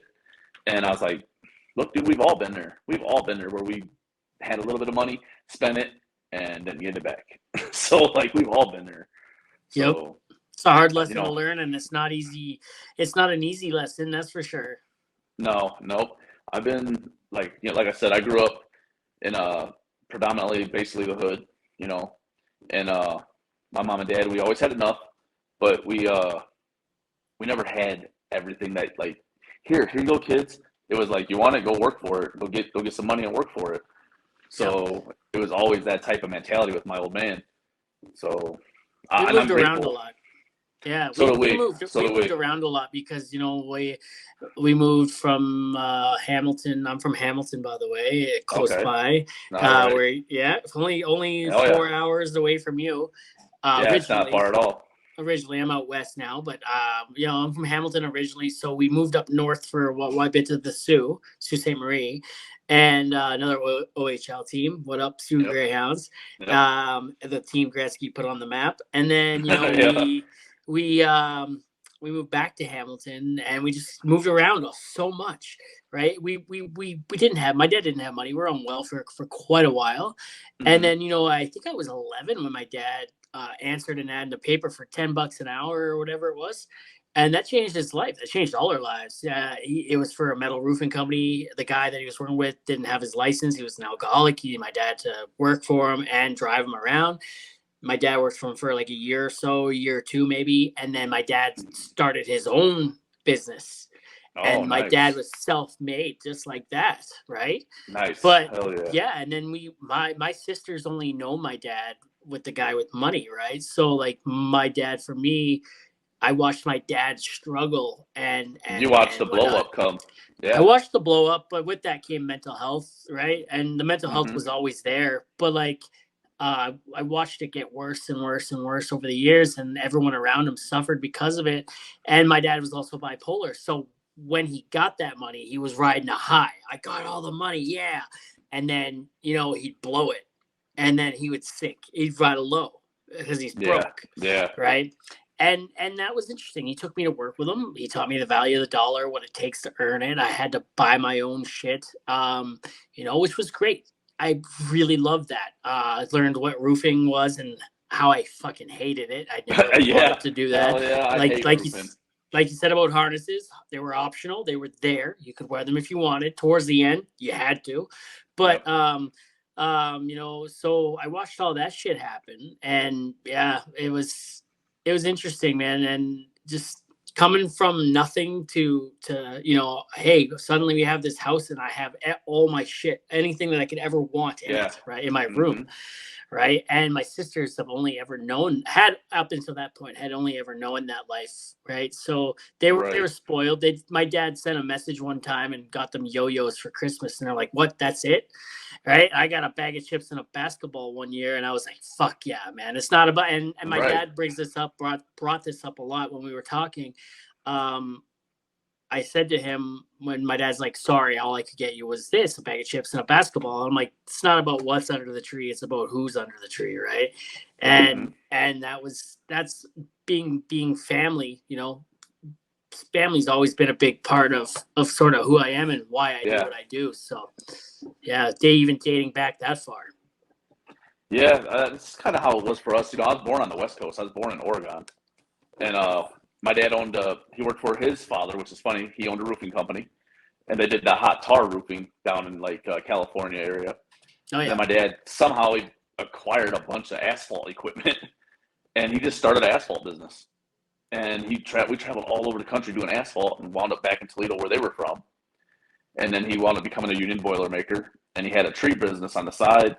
And man, that man hustled and hustled and hustled, but he never spent money. So I always thought we were just poor, but we were never like the bills were always on, the lights were always on, we were always clothed and fed. And then when he wound up passing away, he left all this money to my mom. I'm like, holy shit, he had all this money. He was just cornholing this money and putting it away somewhere. And I was like, holy shit, like what? yeah, But that was just the way he was. But back then you didn't ask your dad, hey, how much do you make an hour? Like that was a fucking no. You didn't, you never asked him, hey, you didn't ask him. Not like today's day, where yeah, everything's pretty. I mean, obviously there was no internet either. You couldn't just Google something and find out something. But yeah, it was crazy. But he was always working, always working, always working. I think that was his and then he would go fishing. And I think that fishing was his like reset button. That's what yeah. it is for me. I go fishing alone a lot, and that's kind of my mental like I'm gonna go out here, I'm gonna fish, I'm not gonna answer my phone, I'm just gonna fish. And that's just my thing. So This is actually part of my reset button. The podcast. I'm interested you in it, but know, it's also part of the social media game too, which is it's a lot of work, right? So it's I part know. of it, but it's not. And I love to hike. I love I love going out places. I love I'm looking forward to a time, and I don't want to like make my kids grow up, but I'm looking forward to a time where I can leave my kids behind and just take my wife out. You Oh know, yeah, I oh yeah. want my I can't say I want my wife back, but I want to take my wife out. You want your time back, I want my time your back. time. Yeah. Yeah, with my wife. You know what I mean? And moving back to Edmonton actually is helping with that. We know a lot of people there who have already said, "Hey, we got the kids. You guys go." Right? Yeah. So like, and that's gonna be weird for my wife. It's been almost 6 years of them being A, around her a all the tag time. along. A tag Yeah, along. I can't wait to Yep. take my wife out for dinner and a movie and wine and diner and get to know my wife again. Like Yeah. we stay up late, we talk, we communicate really well, so we know where we're both at. We've had that conversation a lot lately. I love my kids to death, but I love my wife more, right? When those kids grow up and they leave, she's still gonna be right there, right? Yep. She's Yep. my ride or die, and she's not going nowhere. And so I love her. I love my kids to death, but in a different way, right? Oh And yeah. Oh yeah. oh yeah, yeah. Your kids are So always gonna be your kids. So yeah, yeah. yeah, Yeah. but they're gonna leave me one day. Mine are starting to go. There you go. I need a downsized house. Shit. How does that feel? How does that feel as my kids are very young, five Uh, and three, almost you six, know, and they grow up, they get older, they move on with their life, and you're just sitting there and you're like, damn, I remember when this kid was like fitting in my hands, and now it's he's out doing funny. his own thing. We were me and Devin were actually sitting here at the table yesterday, maybe after work, and he was going through some old videos from when he was, they lived with their mom primarily most of the time when they were younger. And he was showing me videos from then, and I was like, man, I didn't miss anything, but I missed some of that. And I was like, damn, like, I remember you guys that little. And now I watch you guys all grown. You guys put your tools on and go to work with me in the mornings. And that's a big like eye opener to like, especially watching videos the other day, and I was like, damn, like it just goes by so fast. And Yeah, I'm lucky. I'm lucky they go to work with me. Like our I don't know, the chemistry is crazy. Obviously, they're my children, but I don't treat them like that at work. I treat them just like everybody else. But I don't know. It's like they think like me. I guess is the thing. Like they already know what I want done, so it's like I don't have to say nothing. I just kind of look at them like let's fucking go. And then they kind of hype up the rest of the crew too. But all the people I have that work for us in my company are awesome. Like everybody, all the way across the board. We have a pretty good company of people, and then we got about, oh man, 50 steadies, and they're all good rod busters, man, good iron workers all the way around. So we're fortunate. My boss is awesome. The president of our company, he he's an awesome dude. He's great. Couldn't ask for a better boss. I mean, he should follow me on these social medias, but he don't have any. But my other boss, me and him went to apprenticeship school together, and I really don't answer to anybody. Just when he's like, "Hey, did you fill out your timesheets?" Yeah, maybe. So, but other than that, like, yeah, I don't know. The company's great. He knows he's known my kids since they were this big. You know what I mean? So he's like, tell Christian. I'm like, you tell him. He's like, you're their dad. I'm like, you're their boss. I'm like, I was like, I'm not pulling the dad card on this one. I said, you want to talk? You want to do something? Tell him to, just go yell at him. And he's not he's like not the type to go yell. So he's like tries to get me to do it. I'm like, he's not even on my job.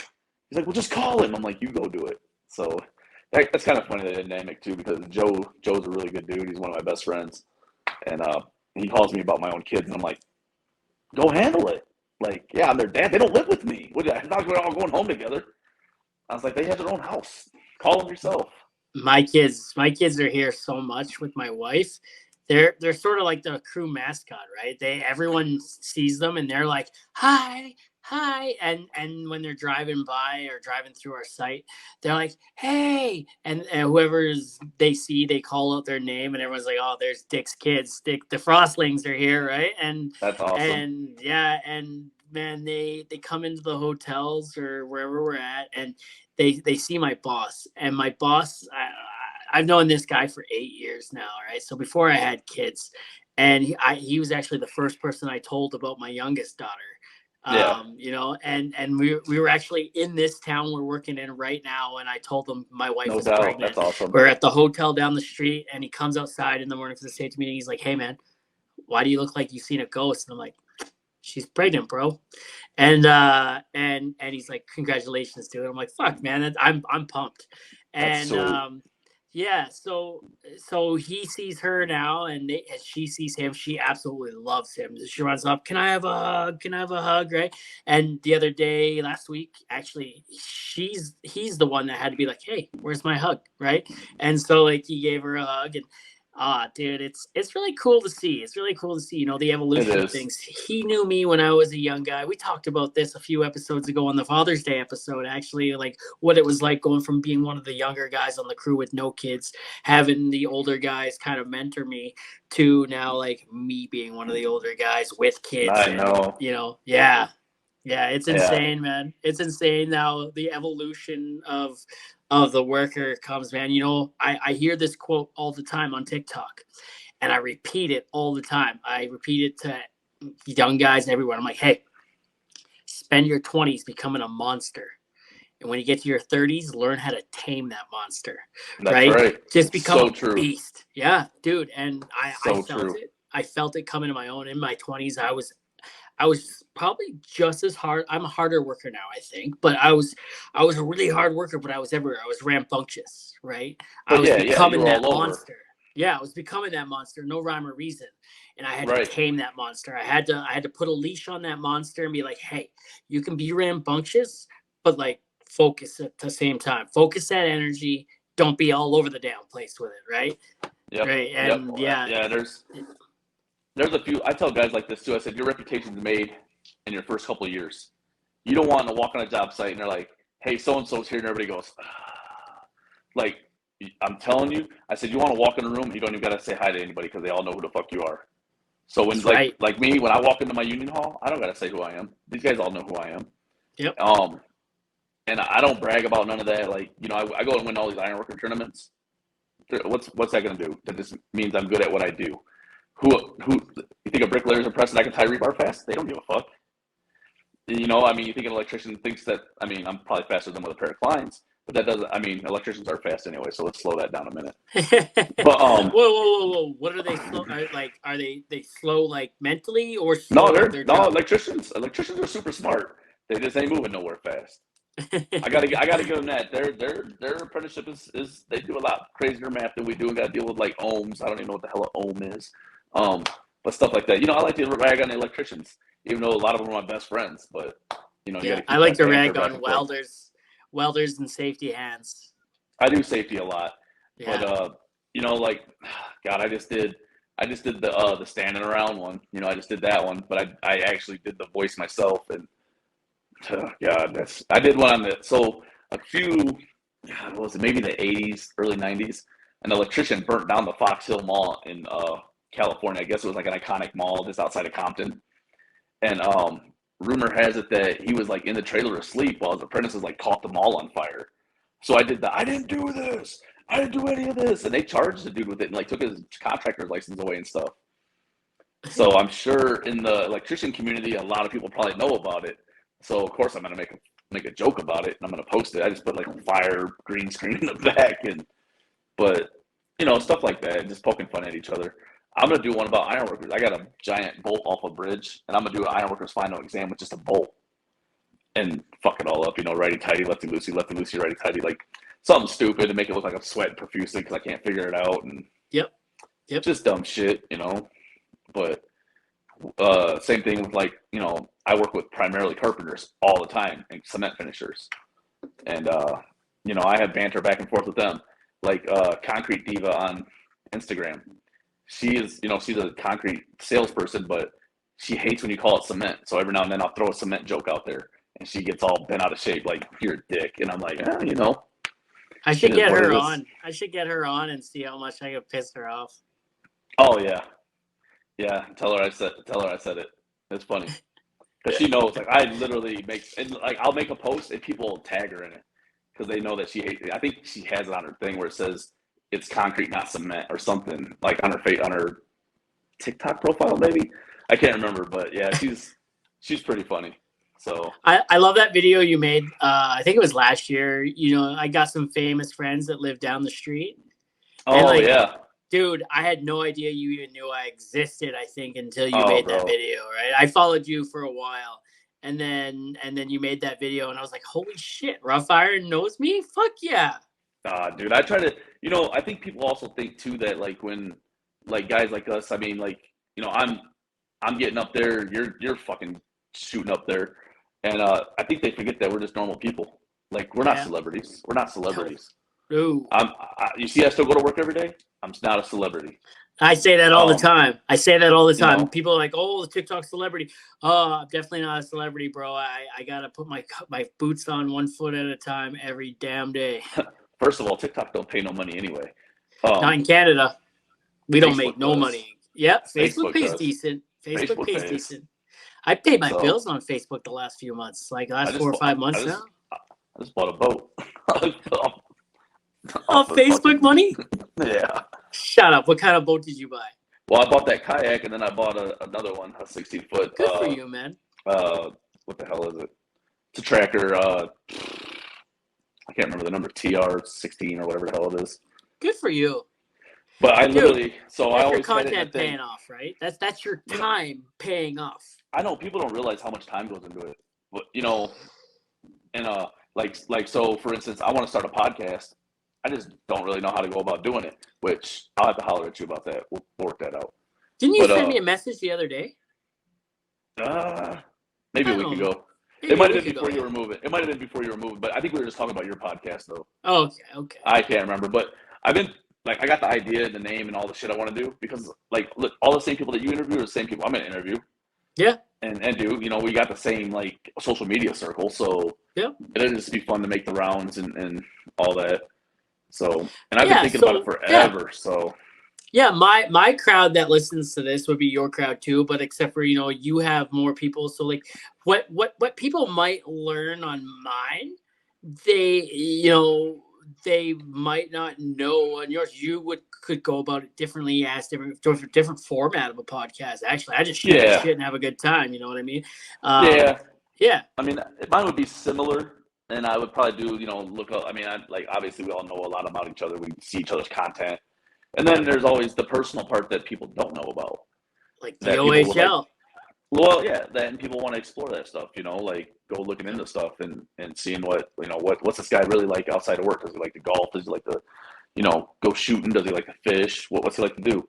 Build birdhouses, whatever. People do all kinds of crazy shit. So. Yep. Yeah, absolutely.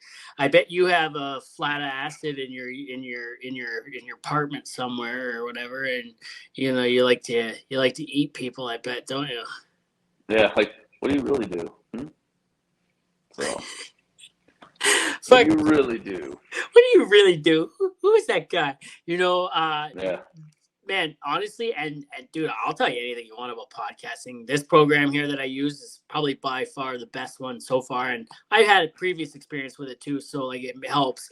But podcasting is, and we talk about it a lot. It's a cat and mouse game, right? Where I've been really lucky so far, but sometimes there's like, hey, got time? Yeah, I got time. Oh, hey, I got to cancel on you tonight. Can we reschedule? Yeah. And then you keep doing that for like a week and you're like, hey, I got to move on to someone else because I got a deadline. Yeah. For me, I try to put it out I have been putting it out every Tuesday. Haven't had an issue with that yet. But like, it's like, well, hey, oh, sorry, I didn't mean to offend you. Oh, you didn't offend me, man. Trust me. If you say no, you say no, I move on. Right. And I'll circle back to that another time. So, yeah. Right. Well, and for me, the only thing that we were having problems with was the damn time zones. Yeah. But actually, I'm like, what? I'm not right. No, at Edmonton, you guys are hour, what, you guys West Coast time? Mountain Standard Time. What time is it there right now? It's 9:30. It's 9:35 here. Yeah. That's what I thought too. So I couldn't remember if it was close or if Edmonton was over a little farther with the time. I couldn't remember what time. Hey, I got to ask you a question. What do you know about viscosity? Viscosity? Yeah. As far as like welding? Viscosity in general. The viscosity of liquids. What do you know about Nothing. Nothing? No. Well, you should visit by the way, the podcast is sponsored. That's where I'm going with this. Hey, I'm with Hey, it. yeah, so you should visit www.mudmanmarket.com to find out what viscosity is. And you know, they deal with a lot of viscosity. They deal with a lot of viscosity on the rigs. You need to know what the viscosity of the fluids are, right? So you can Okay. add more chemical, you know, or stop adding chemical. You know, so the Mudman, he has all these fancy tools and stuff like that that he's trying to simplify it all and whatnot. And so viscosity helps with the thickness of loads. Now you can only imagine where our conversations have gone when we Right, talk about the exactly. thickness of a load. So you Right. know, how thick is your load? Well, see all these kids must be all right. I've been drinking a lot of zinc lately. I've upped my zinc intake because I've Yeah. heard the viscosity of your load goes way up when you drink Hmm. zinc or when you have more zinc intake. And I've been doing pretty well there. So, and I've noticed the difference. And I didn't even need the Mudman to do it. But like, shout out to the Mudman, Hell yeah. www.mudmanmarket.com for all your drilling fluids and laboratory testing equipment needs. Hell yeah. That's what's up. Hell yeah. Hell yeah, Shout out to man. the sponsors, man. Shout out to the sponsors. And we're working on another one here right now. You know, they reached out to me earlier. So we're working on that. They're here in Edmonton actually, and they're actually in Red Deer. So do you like Okay. beef? Do Okay. you like beef jerky? I do. Cool. I don't know nothing about it yet. I just got the message. So hey, that's coming. I've had quite a few beef jerky companies reach out to me. I think Dollar Jerky Club was the last one, and they never came through. I was like, you guys never sent nothing, and that was it. So whatever. You know Jeremy Littell, right?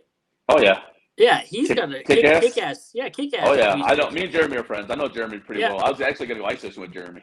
nice. So Yeah. yeah, Yeah. Jeremy and I talk quite a bit on Snapchat. He kind of mentors me a little bit whenever, you know, I had questions about Facebook monetization, and he was gonna yeah. come on the podcast when he was in Mexico a couple months back. Oh yeah, But you know, it didn't end up happening, and then he went, I don't know if we're allowed to talk about it or not. He went and filmed a movie or a show or something like that, and oh you know, yeah. Out there with the regulators.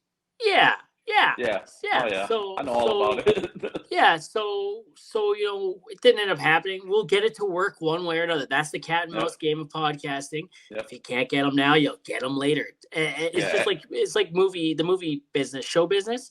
Is declining them or standing them up only makes them want you more. Oh yeah. And then like so I've been working on an idea forever. I want to do like a blue collar meetup of social media people. Like all of us meet in one spot and like everybody else does it. Everybody thinks they're a celebrity. We're not celebrities. We just want to like eat barbecue and talk shit. Yeah, So I was like, why can't we just like figure that all out to like a weekend somewhere, anywhere? Who cares? That's like kind of neutral for everybody from wherever, you know, and yep, get everybody and limit it down to like 30 or 40 guys and women, whatever, you know, and yep, their families, and just everybody come because you figure 30, 40 people plus two or however many if you bring your children, obviously. yep. So, you know, that would be I think it would be awesome to have everybody What show up. area would you be thinking of? Because, dude, I could I don't fly know. back to Ontario for a visit, and Detroit's 4 hours. Wyoming's not far from me here. Uh, yeah, man, We we would need have to to plan find this. Yeah, we would we'd have have to to find plan something this. central. Yeah, we Yeah, could definitely do it. We'll have to do it off here. We'll swap out and get a hold of each other. But yeah, somewhere central. I don't know what central would be. Maybe like Kansas City. That's like the middle of everybody. You know, from like that's the middle of our country. I know, you know, hell, us trying to get up to your country, they ain't letting us in. hey, They're a pain in the ass. yeah, good old Justin Trudeau, right? Oh, Trudeau.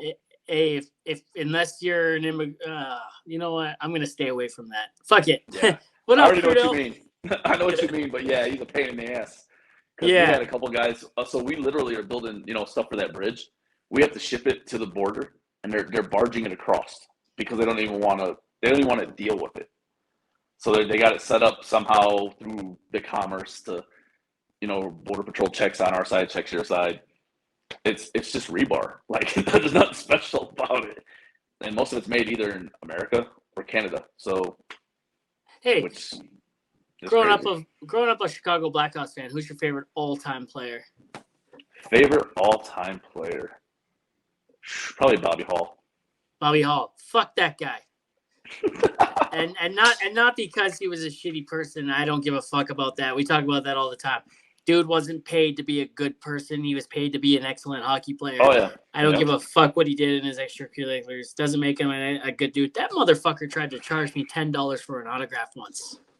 Really? Yeah, and I was like 10 or I was 12 years old, I think, and we went to the East versus West game in Hamilton, and he was there, and Todd Bertuzzi was there, and he came out, and I'm like, break a neck, and he's like, fuck off, kid. And then Bobby Hall was signing autographs, and I'm like, hey, Mr. Hall, can I have your autograph? He's like, $10, and I'm like, oh, and I walked away. I'm like, I'm not paying, man. Fuck Yeah. you. He's probably my favorite old school player, I guess, because that was obviously before my time. Yeah. But probably my favorite of this time is probably Dunks. I think Dunks was fucking. He's a stand-up dude. He was very unselfish. Who scores seven goals a year, but is the You best didn't need defenseman him in to the score a entire. goal. But the dude was a shutdown defenseman forever. Yep, one of the top So, 100 players of the game. Oh yeah, yeah. Yep. I mean, as said by ESPN because they know everything. But yeah, no, he's probably he's probably my favorite of this age because I think the eras of hockey, obviously, even like Gretz says, when he played, it was so much different. He wouldn't have scored all the goals like he does now because he got killed. Yep. But he did play up into the '90s when it was starting to get a little tough when you had to go against the Scott Stevenses and some of them other guys that would rip your damn head off. So, Oh yeah. the McSorleys and that. Well, he had McSorley on his team 99% of the time, so that doesn't count. But the guys like that, the Proberts. He had to Probert tried live through kill the you. Broad Street Bullies. Yeah, but he was on the West Coast. He didn't play all that much. That's true. That is true. So, yeah. But yeah, I mean, people don't know about how Philly was. Philly, they were animals. They were crazy. Yep. But that was hockey back then. Look at the Ty Domi. I love Ty Domi. So, as a Leaf fan, it warms my heart that Max Domi is coming back to Toronto. I know. So, I thought we should have re-signed him. I was so sick that we got rid of him. Oh, that's who you guys just got. You guys just got Maroon. No. Maroon went to Minnesota, maybe? Oh, he did go to Minnesota. St. Louis? Right. No, You're right. No, I think it was Minnesota. He went to Minnesota. You're right. I was thinking, I was trying to think, who the hell else did you guys get? Because I was like, man, you guys put all the muscle up there in Toronto. We got Domi, Klingberg, Bertuzzi, Reeves.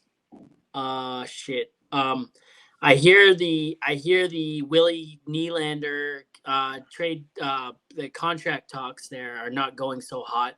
Nylander wants it to start in the double digits, and the Leafs don't want to give him any more than 8.5. And I think he's worth more than 10. I just don't want it. I don't want the Leafs to pay it. Another guy we got rid of. Who's that? Nylander. Not William Nylander. We drafted William Nylander. Or is that William? What's the other one? Yeah, you had his brother, maybe? Yeah, we did. We did. Yeah. Where the hell did he go? I can't remember where we traded him to. We traded. He was in Buffalo for a while. Yeah, we traded so many people. I can't remember. Yeah. Matthews. There's talk about Matthews is willing to take a discount to try stay in Toronto and win. So I hope that's true. Because they put that muscle around him because you guys got so much finesse but no grit. That's the only thing. And I can't remember who the hell's your guys' goalie.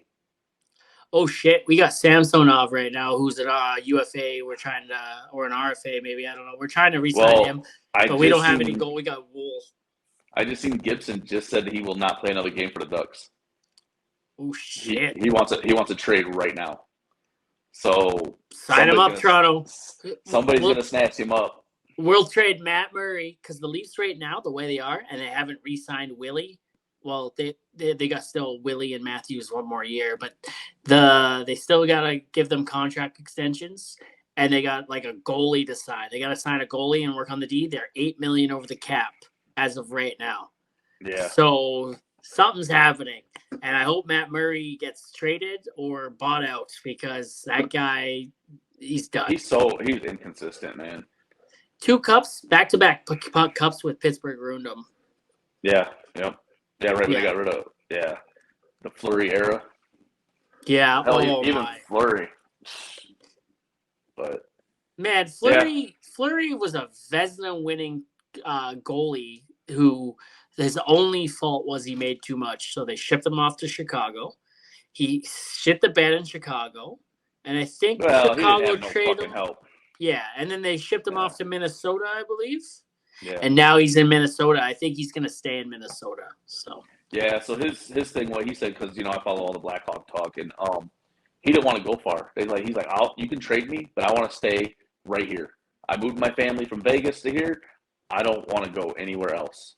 Yeah. Or I'll just retire. Basically, is what he kind of said. So. Yeah. Well. And good for him for standing his ground. Absolutely, as a 3-time Stanley Cup winning champion who's had an amazing career, Hall of Fame worthy career. And a goalie like that, legendary status, you treat them with respect. Right. You don't shit all over them. I'm glad Chicago kind of, because they could have kind of did a shit deal and try to trade his rights to somewhere else and kind of, honored that. But either way, we wiped the slate clean now. It's the Bedard era, so. The Bedard era. Here it is. I love listening to you guys talk about this. The Blackhawks were actively tanking last year and made their team absolute shit so they would tank. And, well, I kept telling my son, I was like, tank for Bedard every game. And he's like, you're crazy. I was like, I'm gonna manifest this shit. And then we got the first round pick, the lottery pick. I was like, that's crazy. That's nuts. But how much is it to go see a game in Chicago, if you don't mind me asking? Oh man, you know what? I didn't even look this year. I bet it's $1,000. Oh, so it's still cheaper than going to see the Leafs. Nice. Yeah. I used to go over there and we used to go watch them quite a bit because it's not that bad for us because you just go right up and over. But that was back when you just had to have a driver's license to cross the bridge. Nobody cared. Yeah. Now it's. Obviously after the COVID, you ain't going over there. We go to the U.S. a lot. We just got back from Montana not long ago. Well, I seen you guys went down to Montana. Yeah, so. we like taking those trips. One of my favorite spots is probably Seattle. San Diego is gorgeous. We love San Diego. Yeah, we go to Montana as much as we can anyway. Yeah, I was in Bay Area, California last year working for all through August, part of September. My favorite spot to go is South Florida. I love to go to South Florida. I like to fish down there. Yeah. But I'm a Fort Lauderdale. It's Fort Lauderdale prices, not Miami. So I went to go see the Leafs versus the Panthers in Miami. In Fort Lauderdale, right? Because they're in Fort Lauderdale. They're in Sunrise. I don't know where. It's part of Fort Lauderdale proper. Fort Lauderdale. Okay. Yeah. So we went to go see them, and this is when Yager and Luongo were still playing. Oh, okay. And I'm glad I got to see Yager before the guy left. I don't know if you listen to any hockey podcasts, but Yager, remember when he got traded from Pittsburgh? Mm-hmm. He asked for that trade because the Penguins were in financial trouble, and they had a lot of up and young coming guys, and they needed to build around them. And Yager made a lot of money. So he's a stand-up hockey dude. Yeah, he went to Mario and he's like, "Hey, I make a lot of money on this team and I'm getting older. Trade me." And back then I think he said it was one of the last deals that were ever made where you can trade for cash. He's like, "Trade me. Get the cash, get some young pieces in return. Just trade me and save on the cap. Build this team to what it can be." Right. And so he left. And that there is a leader. I love that man. Well, and he still plays in over in the Czech league. Kladno, yeah. Yeah, because if he doesn't, they won't come watch his games and his team will go upside down, bankrupt. Yep. His dad owned that team and he bought the team off his dad. Yep. Yep.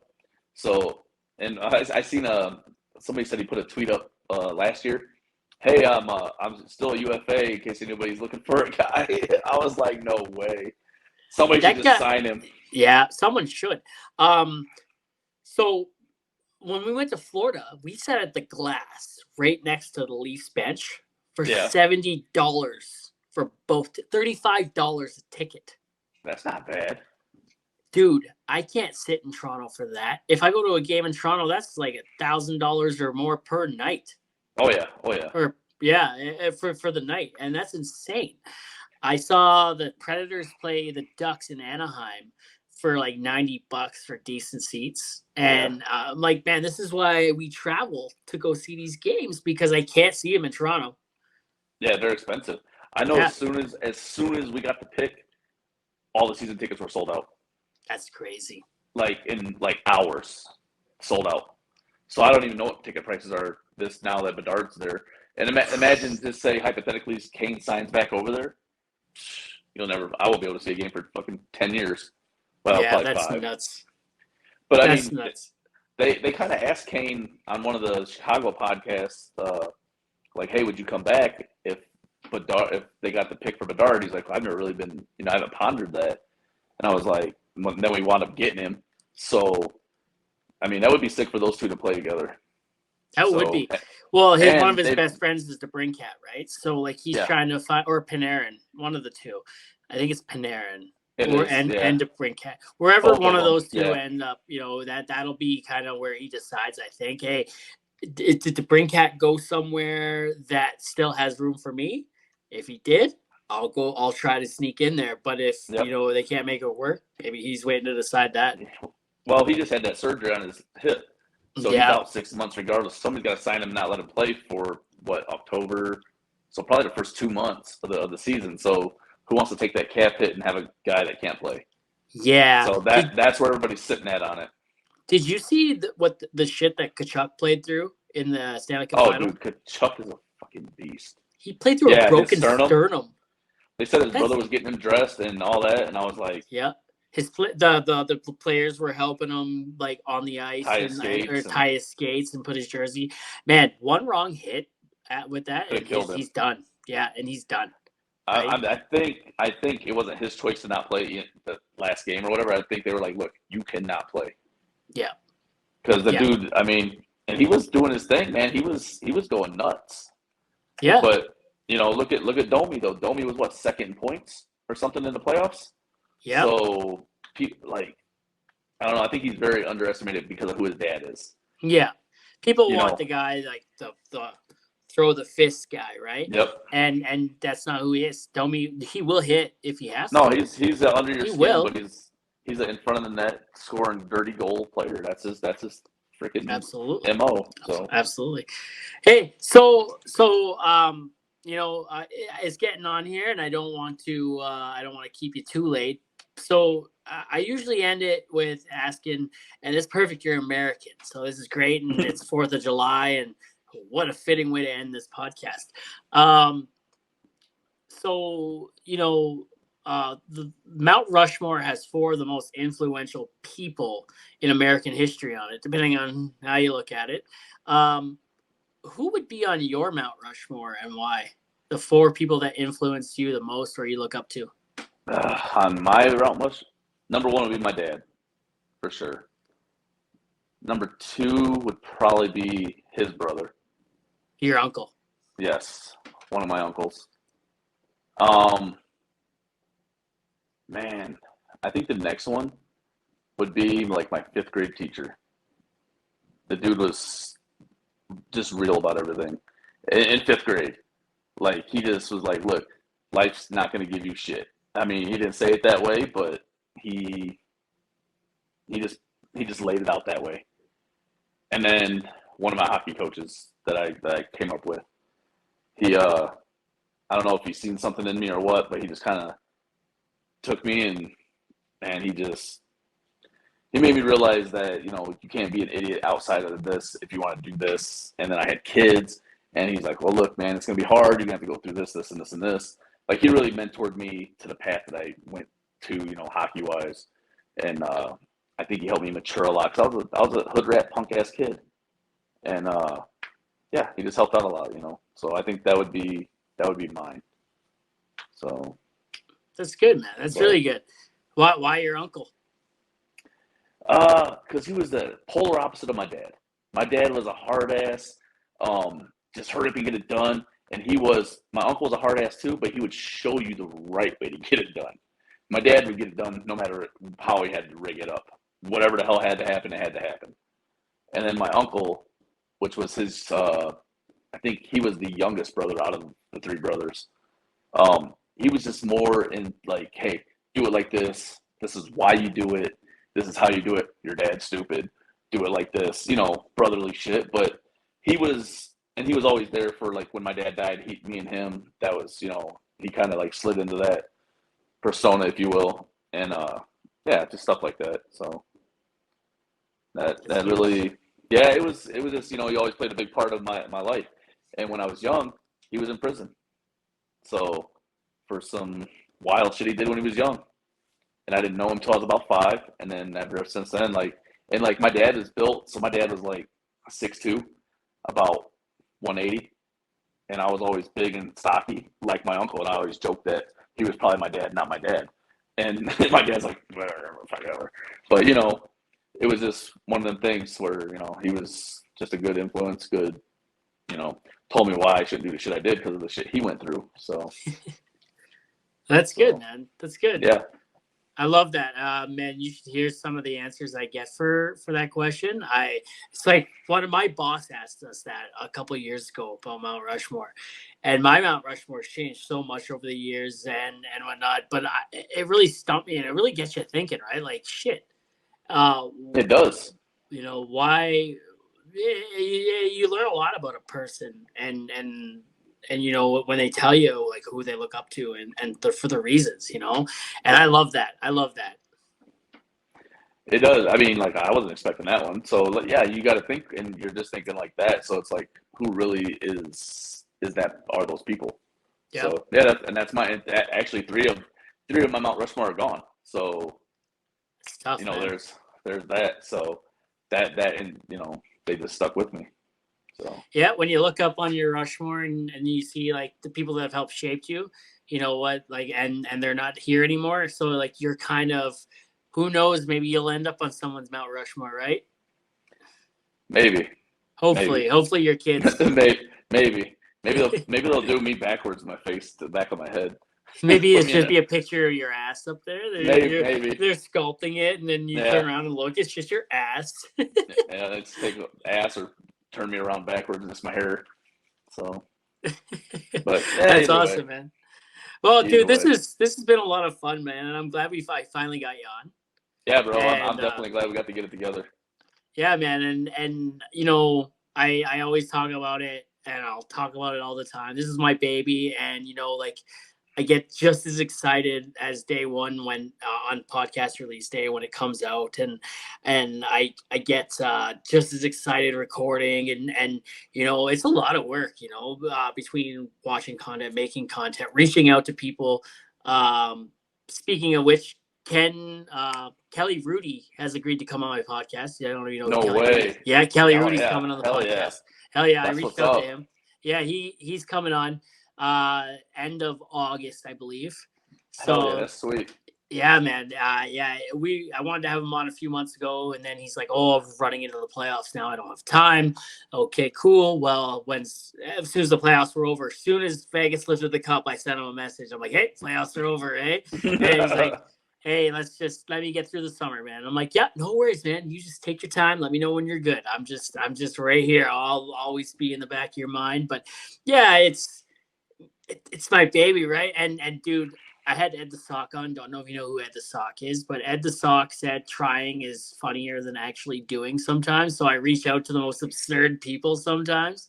And hey, what do you got? What do I got to lose? You miss all the shots you don't take. So exactly, Wayne Gretzky. Yep. And Alec Baldwin. Yeah, but he seems to hit some stuff. So, well, his armor does, but that's a whole nother story for another. Did you see the prop girl is in shit for that now? Yeah, they just I heard they just recharged Alec Baldwin again too. Is what I heard. They opened it back up. Because the prop girl was like into some drug trafficking on set. Oh yeah, see, I didn't hear all that. I try to stay out all that. Man, if it ain't on one of the socials, I don't watch the shit. Well, in Canada, So, we don't get news on social media anymore because of a law our government recently passed. So, oh, really? Yeah, it's all just a hearsay from the content people, but yeah, yeah. All right, damn. man. This has All been right, brother. fucking awesome, and I'm pumped Yeah, that I man. was able to get you on, man. I'll shoot you my number when we get off here. Yeah, And definitely, then if that definitely. don't work, we'll have to do, I don't know, WhatsApp or whatever the hell it is. We'll do Freaking it, man. international calling. You got So, iPhone? You got yeah, iPhone? As long as I'm on Wi-Fi and you're on Wi-Fi when we text each other, who right on. cares? Yeah, man. Right on. Hey, Rafa, can I call you by your name? Yeah. Everyone knows your name. Larry, stay frosty, bro. All right, brother. Stay All safe. We'll right. see you guys on the next one. See you later. Later, brother.